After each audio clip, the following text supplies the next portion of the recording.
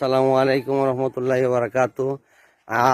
গতকালকে আমরা রড আনছি, এখানে আনিয়া ফালাইছি ইট 4,000 ইট ফালাইছি আনিয়া, এবং 4,000 ইট এবং সিমেন্ট কত বস্তা বা 20 বস্তা সিমেন্ট। কয়েল রড কত খান?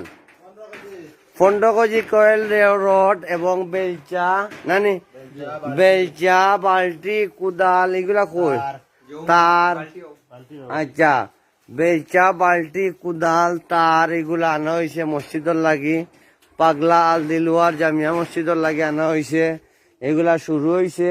খাইল 55,000 টাকার ইট কিনছিলাম, আর আজকে 30,000 টাকা দিয়া যাইলাম। ওটা তোর ক্যামেরা 30,000 টাকা আমার মেসাব ভাইয়ে মাল আনসলা দিয়া যাইলাম, এবং প্রচুর টাকা লাগে। আসলে আমার এই ভাইয়ে এই সময় ভিডিও তো কইছিল যে 30,000 টাকা, মানে তাই কইছিল ওটা 3 বেটা দিয়া কি 30,000 টাকা।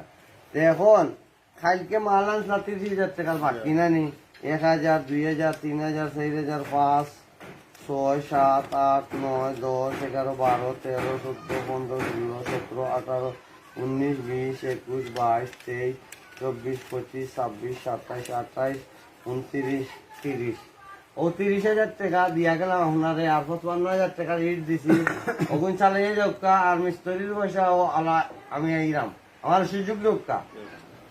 ঠিক আছে, দেশ ও সারা জাহানোর মানুষের লাগি দোয়া করা হইব, এবং বিশ্বের তাম মানুষে দোয়া কর্তা।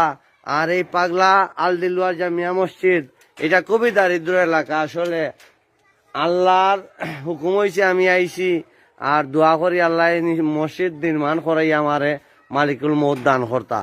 দোয়া করি সবে, আমিন।